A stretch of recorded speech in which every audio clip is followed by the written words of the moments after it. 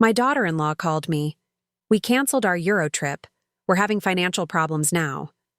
I believed her, until I saw photos of my son at the Coliseum with her parents. A week later, she came asking me for $28,000. But when I slid an envelope across the table with a DNA test inside, she fainted instantly. I'm glad to have you here.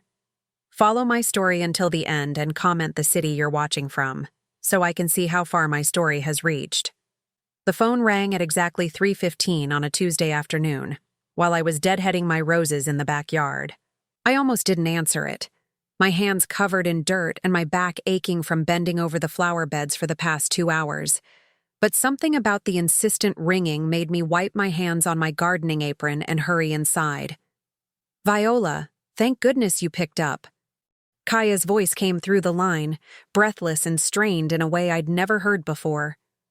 I need to tell you something, and I'm so embarrassed I can barely say it.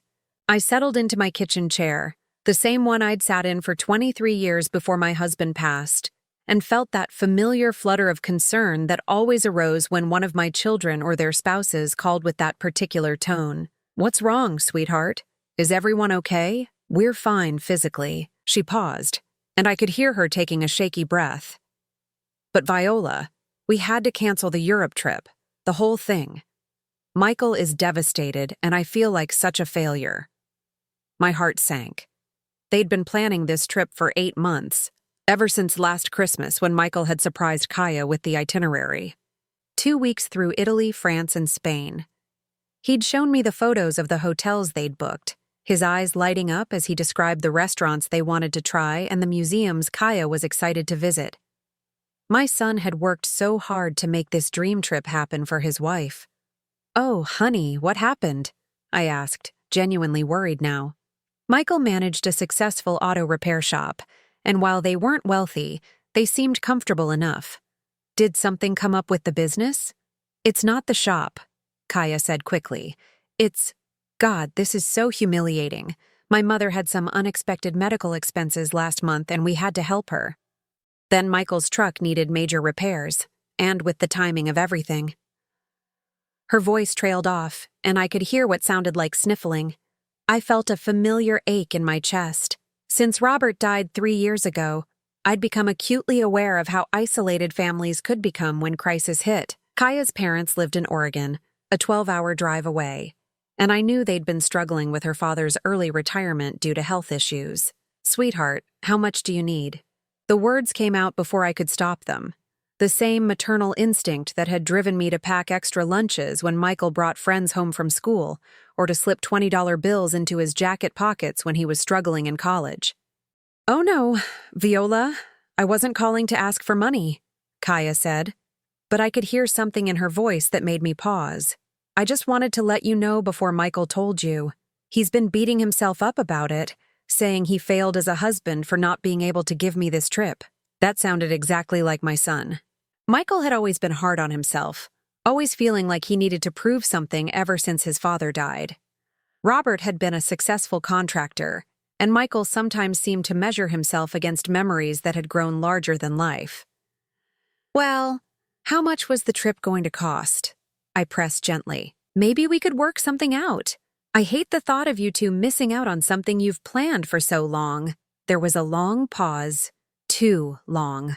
When Kaia finally spoke, her voice was different somehow, more controlled. "Really, Viola, that's so generous of you, but we couldn't accept. It was about $8,000 total, which might not sound like much to some people, but for us right now. $8,000. It was a substantial amount, but not impossible. I had Robert's life insurance money sitting in savings, earning practically nothing in this economy.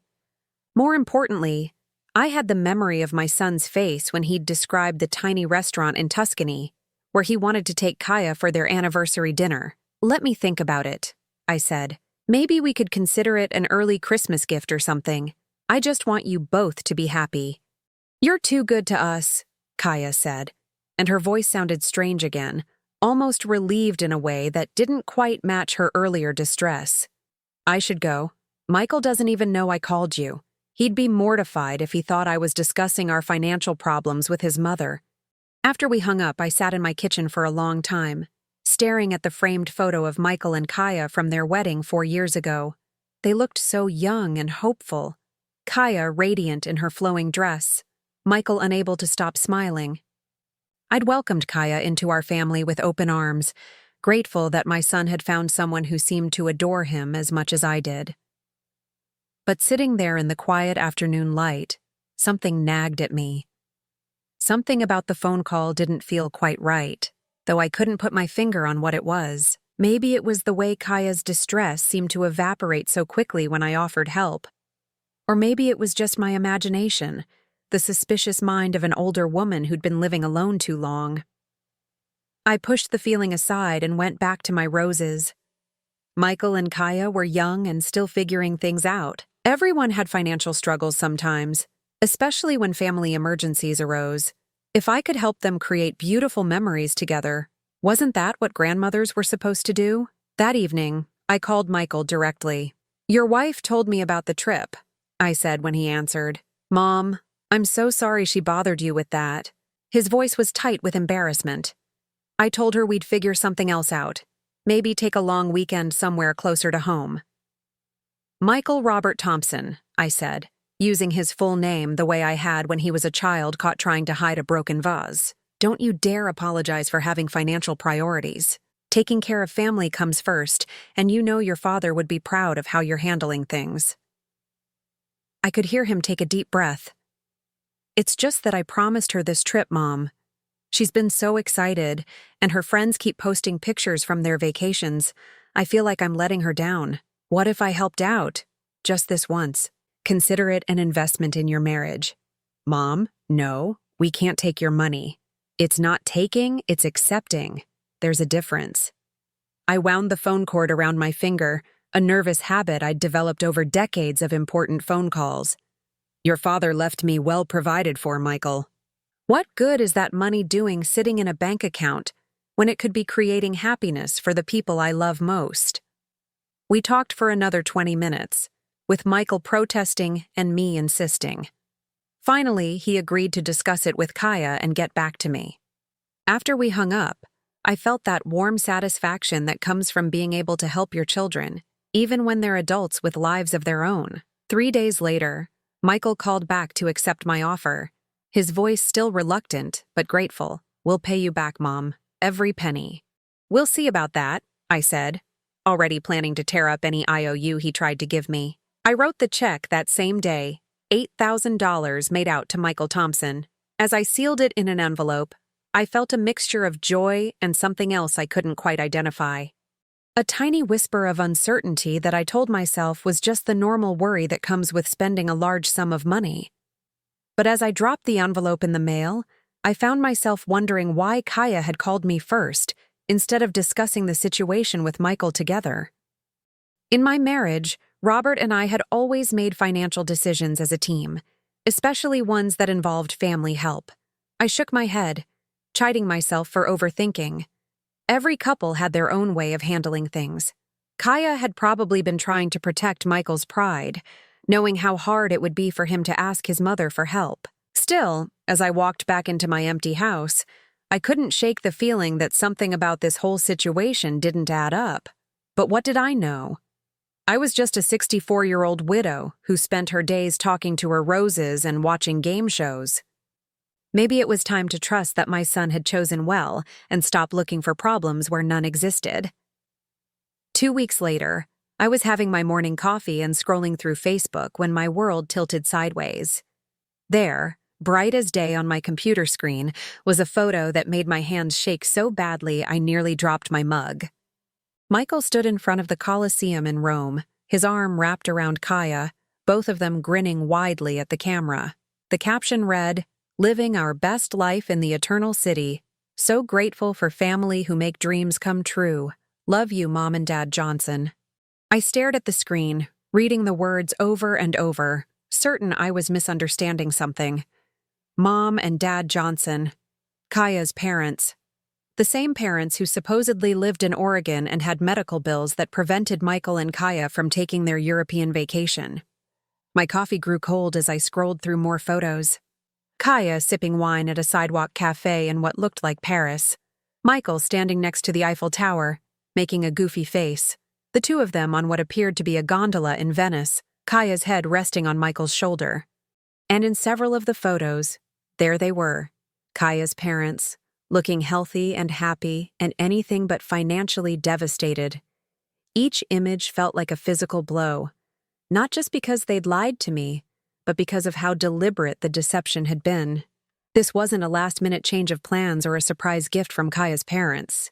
These photos showed a carefully planned trip, complete with professional-looking shots in iconic locations. The kind of trip that takes months to organize. I clicked through the album with trembling fingers, my chest tightening with each new image. There was Michael holding up a glass of what looked like expensive wine, clearly having the time of his life. There was Kaia posing with shopping bags outside what appeared to be a high-end boutique. And there, in one particularly painful photo, was the whole group dining at an elegant restaurant, the kind of place where a single meal probably cost more than my weekly grocery budget. The worst part wasn't even the money, though $8,000 was nothing to sneeze at on my fixed income. The worst part was the calculated nature of the betrayal. Kaia had called me specifically to tell me the trip was canceled. She'd put on that performance about being embarrassed and devastated. She'd manipulated my maternal instincts and my love for Michael to get what she wanted. But what had she wanted? If they could afford the trip on their own, or if her parents were paying for it, why involve me at all?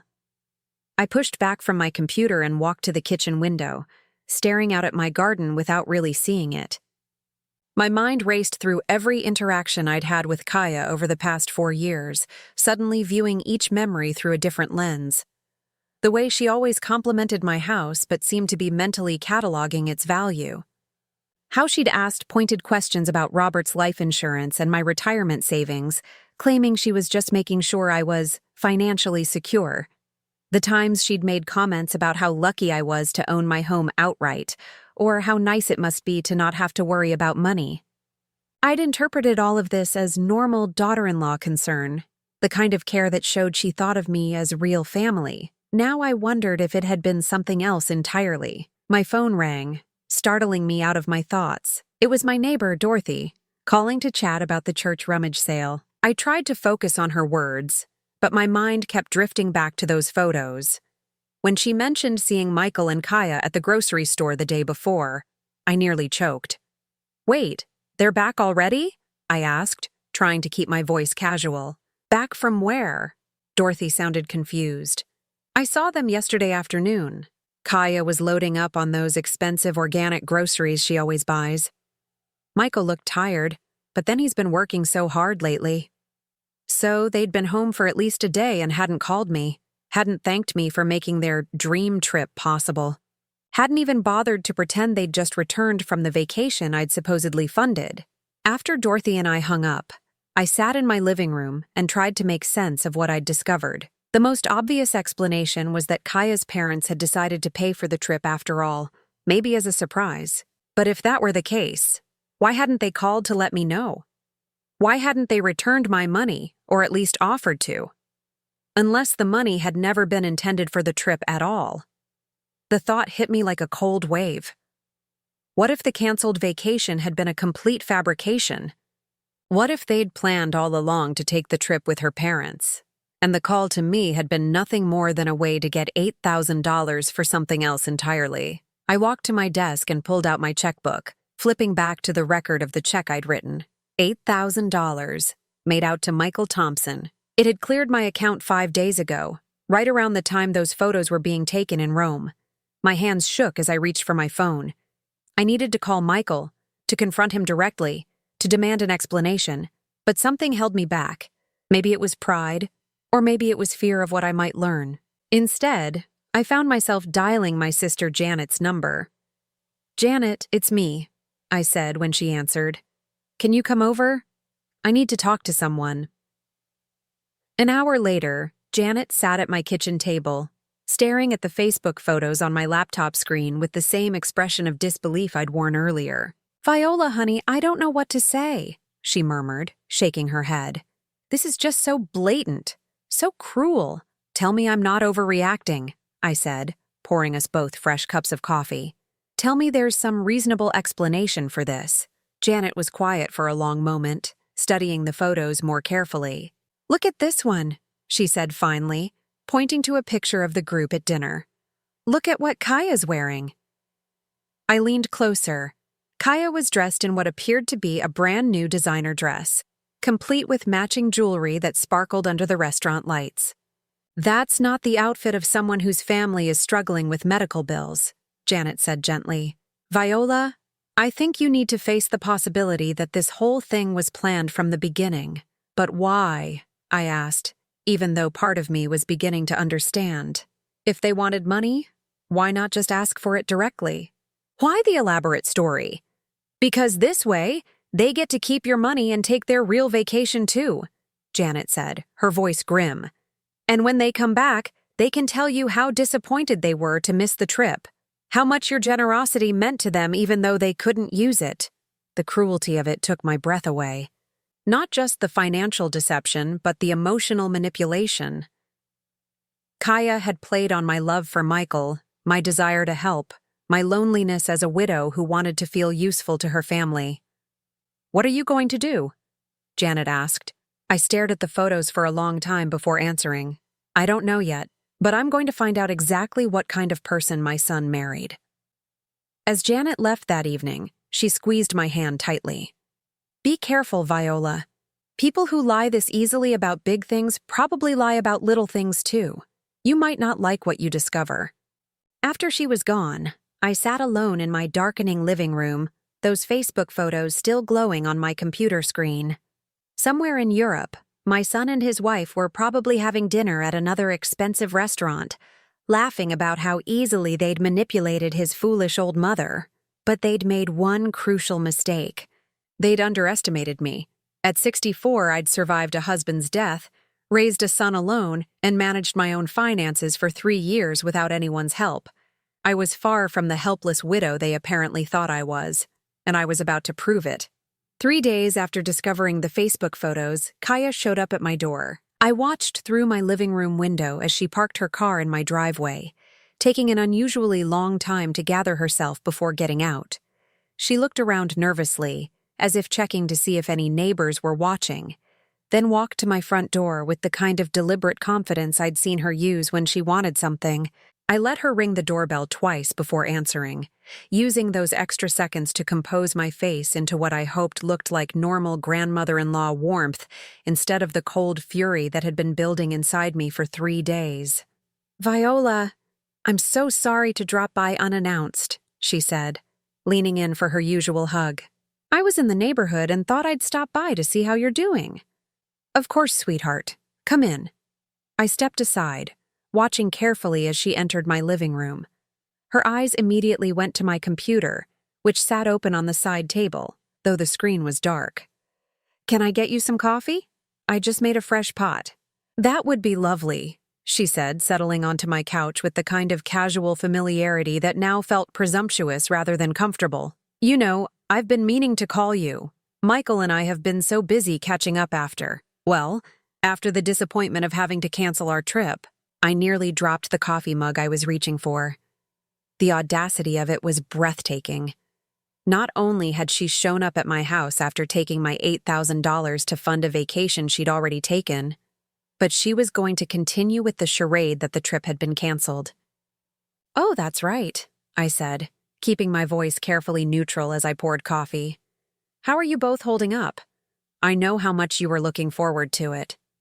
It's been hard, Kaia said, accepting the mug with what looked like genuine sadness. Michael keeps apologizing, as if it's somehow his fault. I keep telling him these things happen, but you know how he is. He takes everything so personally. I sat across from her, studying her face. If I hadn't seen those photos myself, I would have believed every word. She had perfected the art of seeming vulnerable while being completely in control. And how is your mother doing? With her medical situation? Something flickered across Kaia's face, so quickly I almost missed it. Better. Thank you for asking. The treatments are helping, though it's been financially draining for everyone involved. Treatments. That was new. 3 days ago, she'd mentioned unexpected medical expenses. Now it had evolved into ongoing treatments. I filed that detail away and took a sip of coffee, waiting to see where this conversation was really headed. Actually, Viola, that's part of why I stopped by today. Kaia set down her mug and turned to face me fully, her expression growing serious. I have something difficult to ask you, and I'm not sure how to bring it up. Here it comes, I thought. What is it, honey?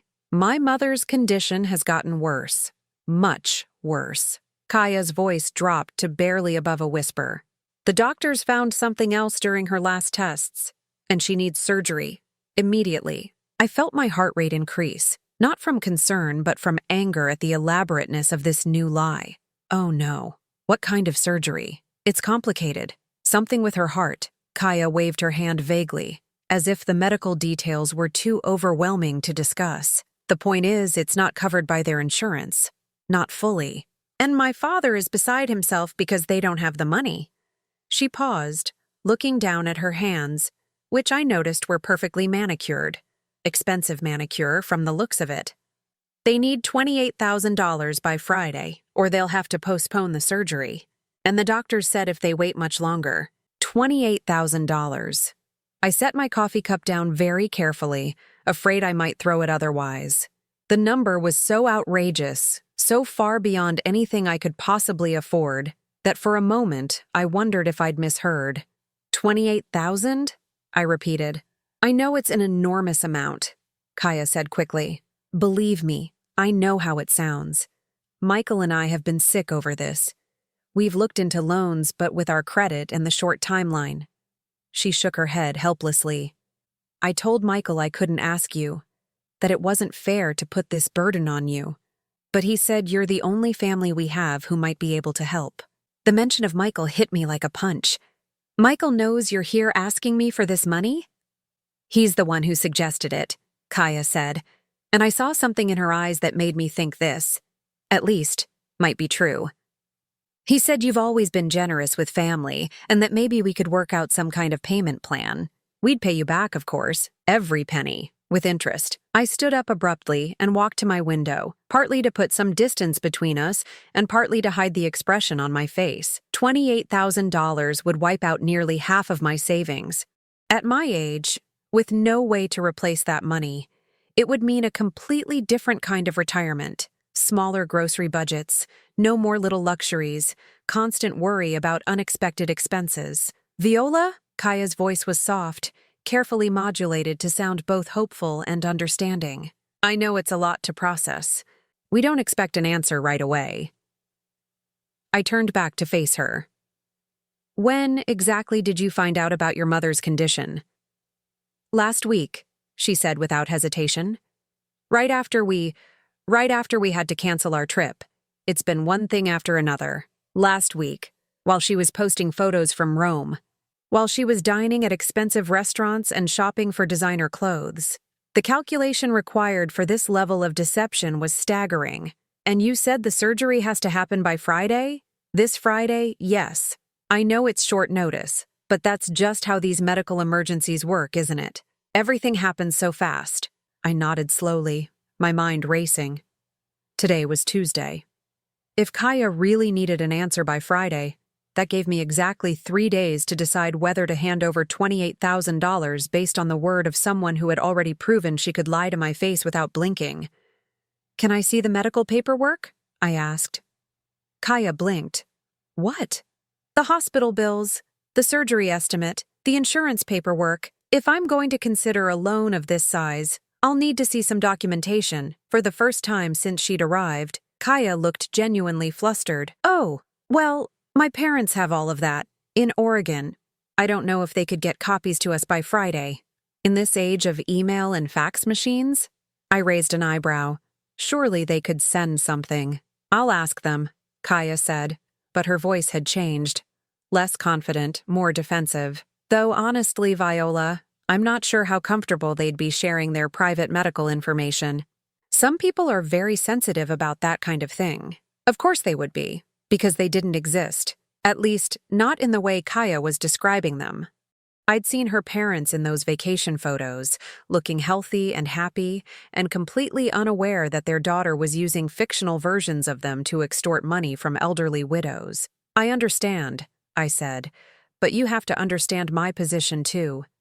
$28,000 is a significant amount of money for someone on a fixed income."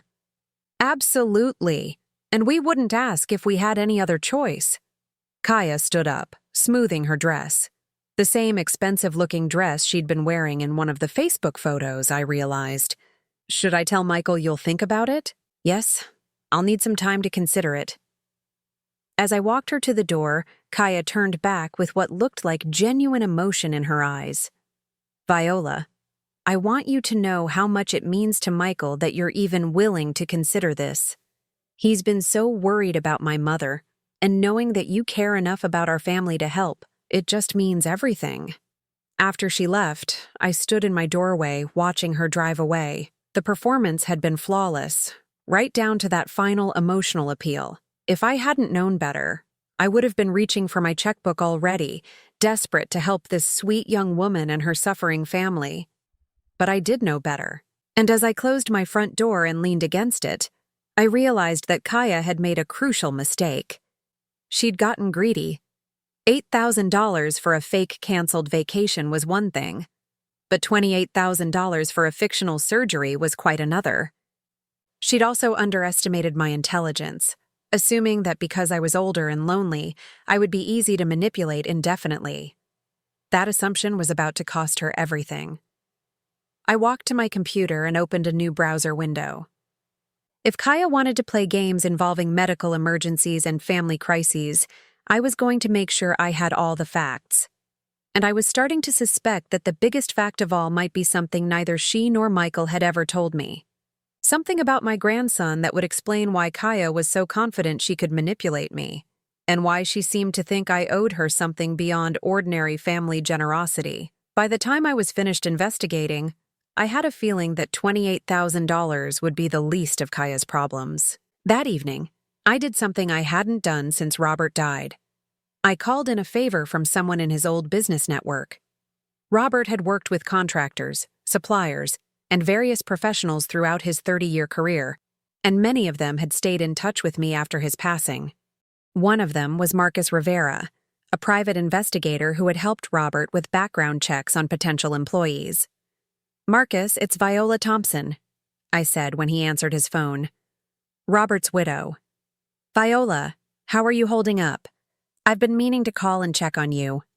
"I'm doing well, thank you. Actually, I'm calling because I need some help, and I remembered that Robert always said you were the most thorough investigator he'd ever worked with." There was a pause. "What kind of help, Viola? Are you having some kind of trouble?"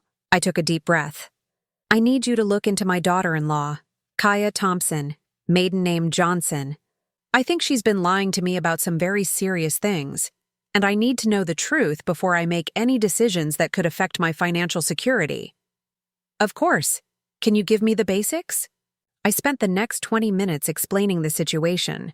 The canceled vacation that wasn't canceled, the $8,000 that had disappeared into what I now suspected was Kaia's personal account, and the new request for $28,000 based on another story that felt increasingly fabricated. "There's something else," I said, hesitating before voicing the suspicion that had been growing in my mind. "I have a 2-year-old grandson, Marcus, and lately I've been wondering if he's actually Michael's child." "What makes you think that?" It was hard to put into words without sounding like a paranoid old woman. "Physical traits mostly? He doesn't look like anyone in our family, but also behavioral things. The way Kaia acts around me when the baby is present. Very protective, almost possessive, and she's always been evasive about the timeline of when she got pregnant." Marcus was quiet for a moment. "I can look into all of this, Viola, but I have to ask, what are you prepared to do with the information once you have it?"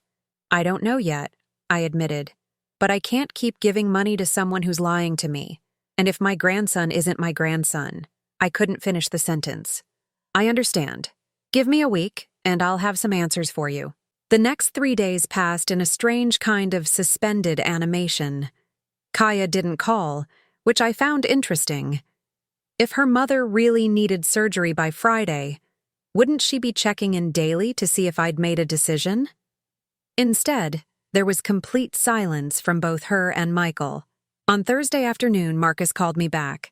"Viola, I need you to sit down," he said. "I've got information, and some of it isn't easy to hear." I settled into my kitchen chair, the same one where I'd taken Kaia's original call about the canceled vacation. "Tell me everything. Let's start with the financial stuff, because that's the most straightforward." Kaia and Michael's bank records show that they deposited your $8,000 check on the same day they left for Europe. They spent 2 weeks in Italy, France, and Spain, staying in hotels that cost between $300 and $500 per night. Total trip cost was approximately $14,000. My stomach lurched, so they used my money and someone else's. Correct. The additional funding came from a joint account that Kaia shares with her parents. Her parents, by the way, are both in excellent health. Her father just retired from a successful accounting practice, and they own a vacation home in Tuscany where Kaia and Michael stayed for 3 days. The betrayal felt fresh all over again. Not only had they lied to me, but they'd planned an elaborate deception involving multiple family members. What about the medical emergency? The $28,000 surgery? Complete fabrication.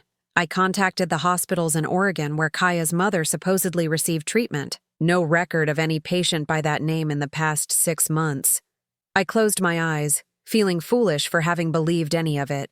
But Marcus wasn't finished. "Viola, there's more. About your grandson." My heart stopped. "What about him?" I was able to obtain some information through public records and social media analysis. Based on the timeline of Kaia and Michael's relationship, and some other factors I discovered, I recommended we do a paternity test. "You already did one?" I asked, shocked. "Not exactly, but I found something that suggests we should." "Viola, did you know that Kaia was married before she met Michael?" The room seemed to tilt. "What?" "She was married to a man named David Chen for 2 years, from 2015 to 2017.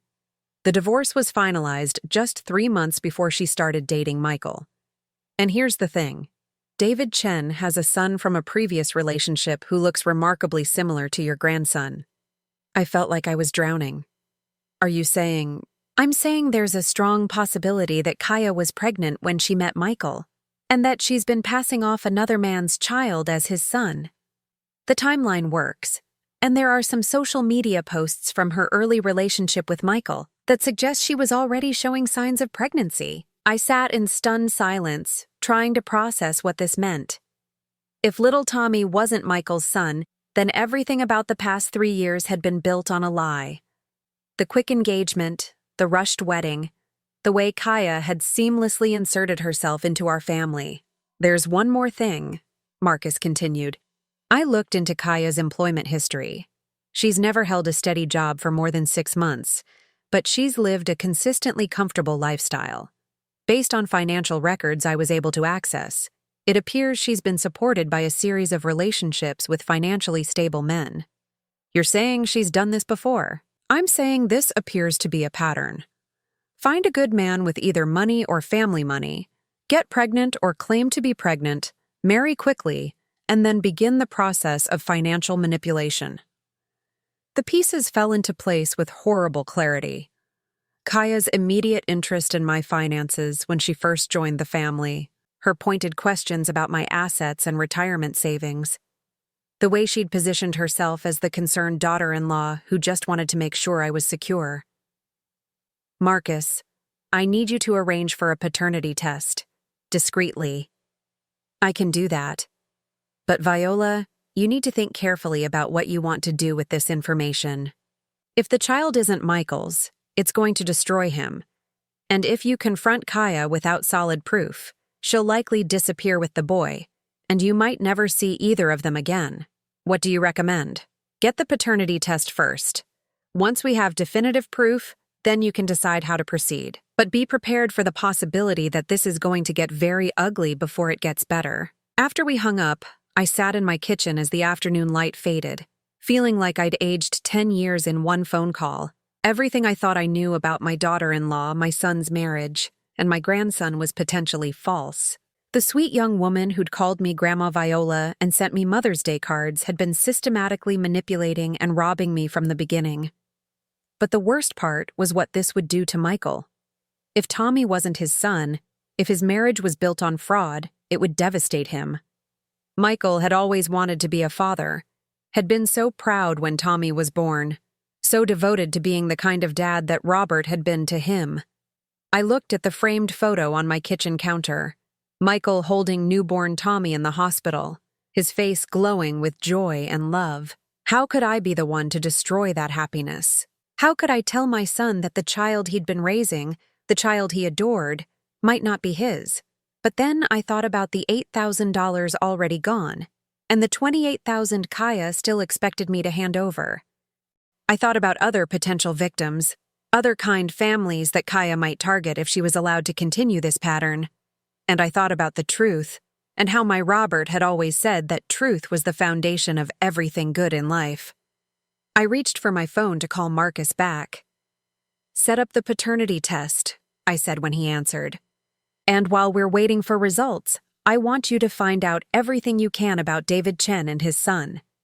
If I'm going to destroy my family with this information, I want to make absolutely sure I'm right. Because if I was right, if my suspicions were correct, then Kaia had made one crucial miscalculation. She'd underestimated a 64-year-old widow who'd spent 3 years learning to fight her own battles, and she was about to discover that grandmothers could be far more dangerous than she'd ever imagined. Getting the DNA sample turned out to be easier than I'd expected.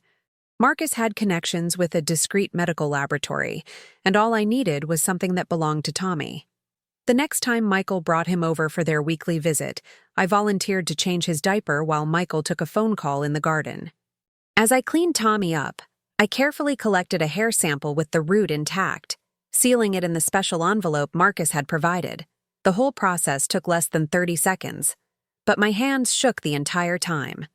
This innocent little boy, babbling happily as I changed him, had no idea that his entire identity was about to be called into question. "There you go, sweetheart," I whispered, lifting him up and holding him close. He smelled like baby powder and graham crackers, and when he wrapped his tiny arms around my neck, my heart broke a little more. Whatever the test revealed, I loved this child. He'd been calling me Grandma for months now, and nothing could change the bond we'd formed. But I had to know the truth. Michael came back inside just as I was settling Tommy into his high chair with some crackers. "Thanks, Mom. I swear that kid goes through more diapers than should be physically possible."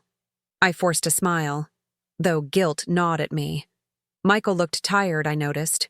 There were dark circles under his eyes, and he seemed more stressed than usual. I wondered if the financial pressure of funding 2 expensive trips was getting to him, or if there were other problems at home that I didn't know about. "How are things with you and Kaia?" I asked carefully, spooning some applesauce for Tommy. "Good. Busy." Michael rubbed his forehead. "She's been dealing with a lot of family stuff lately. Her mom's health issues are really taking a toll on everyone." The casual way he repeated Kaia's lies made my stomach twist. Either he genuinely believed her stories, which meant she was an even better manipulator than I'd realized, or he was complicit in the deception. I desperately hoped it was the former. "Has she heard back from the doctors about the surgery timeline?" I asked, testing whether he knew about Kaia's visit to ask for $28,000. Michael looked confused. "What surgery?" "The one that needs to happen by Friday. The one that cost $28,000. The blood drained from Michael's face. "Mom, what are you talking about?" Either he was an incredible actor, or he genuinely had no idea what Kaia had been doing. The relief I felt was overwhelming. My son wasn't a willing participant in this fraud. He was another victim. "Kaia came to see me on Tuesday," I said gently. "She told me your mother-in-law needs emergency heart surgery that costs $28,000, and she asked me to loan you the money." Michael stared at me for a long moment, then slowly sat down at my kitchen table. "Mom, I don't know what game Kaia is playing, but my mother-in-law doesn't need surgery. I talked to her yesterday. She's fine." "You talked to her?" "She called to thank us for the postcards we sent from Europe." Michael's voice was flat, as if he was finally putting pieces together that he didn't like. "Mom, there's something I need to tell you about that trip. My heart raced. What about it? Kaia's parents paid for it. They surprised us with the tickets and hotel reservations as an early anniversary gift. I tried to tell you, but Kaia said it would hurt your feelings if you knew we didn't need your money after all. The room seemed to spin around me. So you knew I'd given you $8,000 for a trip you weren't paying for? Michael's face crumpled. Kaia said we could use your money to pay down our credit cards, and that we'd tell you about her parents' gift when we got back. She said it was better to let you feel like you'd helped us have a wonderful time than to make you feel foolish for offering money we didn't need. And you believed that? I wanted to believe it, Michael said quietly. It seemed like everyone won. You gotta feel generous. We gotta take an amazing trip and pay off some debt. And Kaia's parents got to surprise us. But hearing about this surgery thing...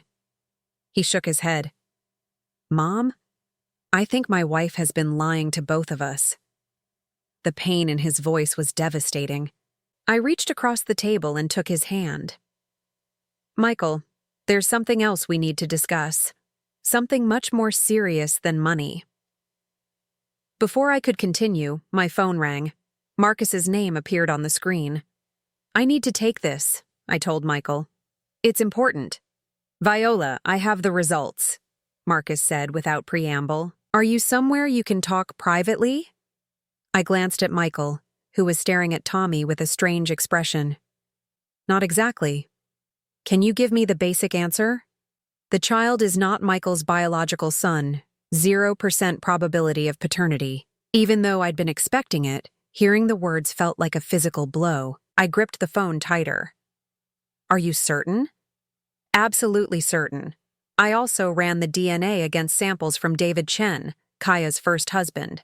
99.7% probability that he's the father. I closed my eyes, feeling the last pieces of my world shift into their horrible new configuration. Thank you, Marcus. I'll call you back later. When I hung up, Michael was watching me with growing alarm. Mom, what's going on? Who was that? I looked at my son, this good man who'd been trying so hard to be a perfect husband and father, who'd been manipulated and lied to by someone he trusted completely. Then I looked at Tommy, innocent and beautiful, playing with his crackers and babbling happily. Michael, I need you to sit down and listen to everything I'm about to tell you. And I need you to understand that none of this is your fault. Over the next hour, I told him everything. The fake vacation cancellation, the $8,000 that had funded a trip his in-laws paid for, the fabricated medical emergency, the $28,000 request. I showed him the Facebook photos that proved Kaia had been lying from the beginning. Then, with a heavy heart, I told him about my suspicions regarding Tommy's parentage and the DNA test I'd arranged. Michael listened in stunned silence, his face cycling through disbelief, anger, and devastation. When I finished, he sat staring at Tommy for a long time. He's not mine, he said finally. It wasn't a question. Biologically, no. But Michael, that doesn't change the fact that you've been his father for 2 years. You've been the one getting up with him at night, teaching him to walk, reading him bedtime stories. But it's all been a lie. His voice was hollow. Everything. My marriage, my son, my life for the past 3 years. The love you have for Tommy isn't a lie, I said firmly. And the kind of man you are isn't a lie. Kaia may have deceived you, but she couldn't fake the person you became as a father. Michael picked up Tommy, holding him close as the little boy snuggled against his shoulder. What am I supposed to do now, Mom? How do I look at him and not think about everything she's stolen from me? I don't know, I admitted, but we'll figure it out together. Does she know you found out? Not yet, but she will soon. She's expecting an answer about the $28,000, and I'm planning to give her one she won't forget. Michael was quiet for a moment, then looked up at me with something like his old determination. What do you need me to do? I need you to act normal until I confront her. Can you do that? I think so. When? Tomorrow. I'm going to invite her over for coffee and present her with the DNA results. After that, it'll be up to you to decide what happens next. As Michael packed up Tommy's things to leave, he paused at the door. Mom, I'm sorry. About all of this. About what she did to you, about the money, about dragging you into this mess. You have nothing to apologize for, I said, hugging him tightly. You're the victim here, too. After they left, I sat in my quiet house and tried to prepare myself for what was coming. Tomorrow, I would destroy my daughter-in-law's carefully constructed world of lies. The confrontation would be ugly, and the aftermath would be complicated and painful for everyone involved. But for the first time since this nightmare began, I felt something like peace. The truth was finally going to come out. And while the truth might hurt, it was still better than living in a world built on deception. Kaia had underestimated me from the beginning. She'd seen a lonely widow with money and assumed I would be easy to manipulate indefinitely. She'd counted on my love for Michael and Tommy to keep me compliant and generous. What she hadn't counted on was that sometimes love means fighting for the truth, even when the truth is painful. And she was about to learn that lesson in the most devastating way possible. I picked up my phone and typed out a text message. Kaia, can you come over for coffee tomorrow morning at 10? I have an answer about the loan, and there are some other things we need to discuss. Her response came back immediately. Of course, thank you so much for considering it. See you tomorrow. I set the phone down and walked to my desk, where I pulled out the manila envelope Marcus had given me. Inside were the DNA test results, printed on official laboratory letterhead, with charts and numbers that told the story of Kaia's deception in scientific terms. Tomorrow, I would hand her this envelope and watch as her world collapsed. The thought should have made me feel guilty, but instead, all I felt was a quiet, determined satisfaction. Justice was coming, and it was long overdue. Kaia arrived at exactly 10 o'clock the next morning, looking more polished than usual. She wore a navy dress that probably cost more than my monthly grocery budget, and her makeup was flawless. She'd clearly prepared for this meeting, probably expecting to walk away with a check for $28,000. Viola, you look wonderful, she said, embracing me with what felt like genuine warmth. The performance was so convincing that for a split second, I almost doubted everything I'd discovered. I hope you've been able to get some rest. I know this decision couldn't have been easy for you. Come sit down, sweetheart, I said, gesturing toward the living room. I've made coffee and there's fresh coffee cake. As she settled onto my couch, I noticed her eyes dart toward my purse, which sat on the side table. She was probably wondering if I had a check waiting inside. The anticipation in her body language was unmistakable. Before we discuss the loan, I said, pouring coffee into her favorite mug, I wanted to ask you about something I saw on Facebook. The change in her expression was subtle but unmistakable. A slight tightening around her eyes, a barely perceptible stiffening of her shoulders. Oh? What was that? Some beautiful photos of you and Michael in Europe. In Rome, specifically. Standing in front of the Colosseum. Kaia's hand froze halfway to her coffee mug. For just a moment, her mask slipped, and I saw something cold and calculating in her eyes. Then she recovered, letting out a nervous laugh. Oh, those. I can explain that. I'm sure you can. I sat across from her, my own coffee untouched. Please, go ahead. Well, after we canceled our trip, my parents felt so bad about the whole situation that they surprised us with a last-minute vacation. They had some frequent flyer miles they needed to use, and they thought it would cheer us up. How thoughtful of them. I kept my voice carefully neutral. And you didn't think to mention this when you came to ask for money for your mother's surgery? Another flicker of something dangerous crossed her face. I didn't want to seem ungrateful. You'd been so generous about the original trip, and I thought mentioning that we'd gone anyway might hurt your feelings. I see. And your mother's health emergency happened while you were in Rome? Yes. We got the call while we were at dinner. It was terrifying, getting that kind of news while we were so far away. I nodded slowly, then reached for the manila envelope I'd placed on the coffee table before she arrived. Kaia, I want to show you something. Her eyes fixed on the envelope with the intensity of a hawk watching prey. Is that? It's not a check, I said. It's something much more important. I opened the envelope and pulled out the DNA test results, placing them on the coffee table between us. These are paternity test results for Tommy. The color drained from Kaia's face so quickly I thought she might actually faint right there on my couch. She stared at the papers as if they were a snake that might strike her. "What? Why would you?" she whispered. "The results show that Tommy is not Michael's biological son," I continued, my voice steady and calm. 0% probability of paternity. The test also shows a 99.7% probability that his biological father is David Chen, your first husband. Kaia's breathing became rapid and shallow. She pressed a hand to her chest, and for a moment I thought she really might collapse. But then something shifted in her expression, and I saw the woman she really was beneath all the careful performances. "You had no right," she said, her voice low and venomous. "You had no right to test my child without permission. I had every right to protect my son from a woman who's been systematically lying to and manipulating our family for 3 years." I leaned forward. "Did you really think I wouldn't find out, Kaia? Did you think you could keep taking money from me based on fabricated emergencies while living off the proceeds of your lies? I don't know what you're talking about. Your mother isn't sick. There's no surgery. There are no medical bills. I had you investigated, Kaia. I know about the vacation you took with my $8,000. I know about your pattern of targeting financially stable men. And I know that you married my son while you were pregnant with another man's child." She stood abruptly, her hands shaking with what looked like rage rather than fear. "Prove it. Prove any of it." I pulled out my phone and showed her the Facebook photos. "Here's proof of your vacation. The one you told me was canceled." Then I pulled out the investigator's report.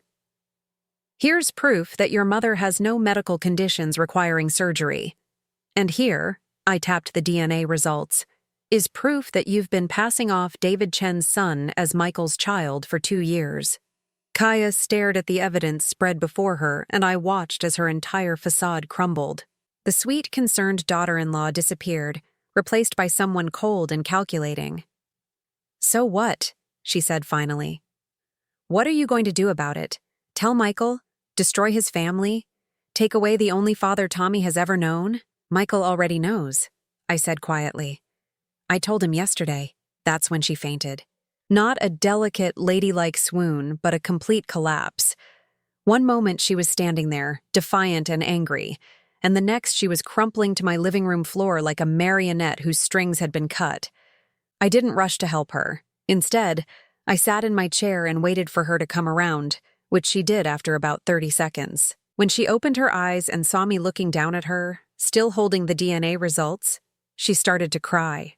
Real tears this time, not the crocodile tears she'd used to manipulate me in the past. "Please," she whispered from the floor. "Please don't take my son away from me." "Tommy isn't going anywhere," I said. "Michael loves that little boy, regardless of biology. But your marriage, your place in this family, your access to our money and trust, that's over." She struggled to sit up, her perfect makeup smeared with tears. "I can explain everything. I can make this right." "No, you can't. There's no explanation that makes what you've done acceptable. You stole money from me under false pretenses.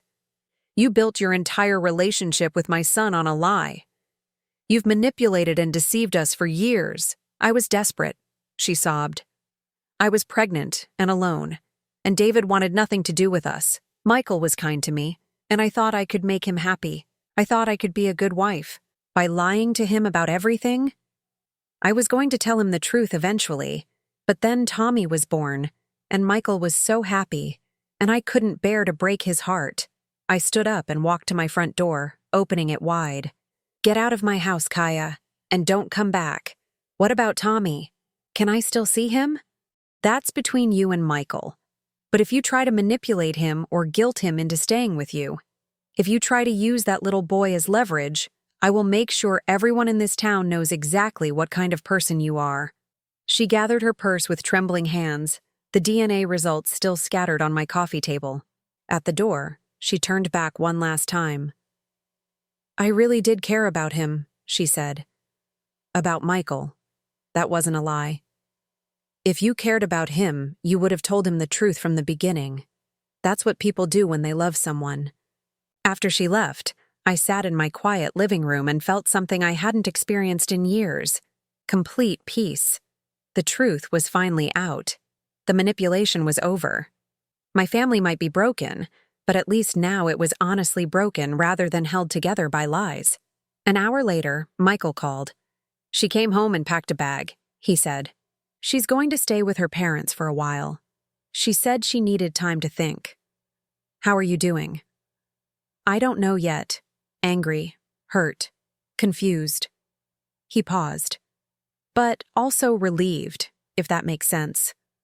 I've been feeling like something was wrong for months, but I couldn't put my finger on what it was. And Tommy? He's staying with me. Kaia and I have a lot to figure out, but he's not going to be caught in the middle of it. He didn't ask for any of this. You're a good man, Michael. A good father. Don't let her lies change how you see yourself. I love you, Mom. Thank you for fighting for our family, even when it was hard." "That's what mothers do," I said. 6 months later, Michael filed for divorce. Kaia didn't contest it, and she agreed to joint custody of Tommy with Michael as the primary guardian. She moved back to Oregon to live with her parents, visiting Tommy every other weekend and during holidays. The little boy continued to call me Grandma Viola, and I continued to love him as if he were my own blood. Biology, I learned, was far less important than the bonds we choose to build and maintain. As for the money, I never saw the $8,000 again, and I never expected to. It was a small price to pay for the truth. But more importantly, I never heard another request for emergency funds, fictional medical bills, or loans to cover fabricated crises. Sometimes, late at night when I'm watering my roses under the stars, I think about how close I came to giving Kaia that $28,000. How many other families she might have destroyed if I hadn't found the courage to investigate her lies. But mostly, I think about the lesson I learned at 64, that love without truth isn't really love at all. It's just manipulation wearing a prettier face. And that sometimes, the kindest thing you can do for someone you love is to refuse to enable their lies, no matter how much it hurts in the moment. My family is smaller now, but it's honest. And after 3 years of deception, honesty feels like the most precious gift of all. Now I'm curious about you who listened to my story. What would you do if you were in my place? Have you ever been through something similar? Comment below. And meanwhile, I'm leaving on the final screen 2 other stories that are channel favorites, and they will definitely surprise you. Thank you for watching until here.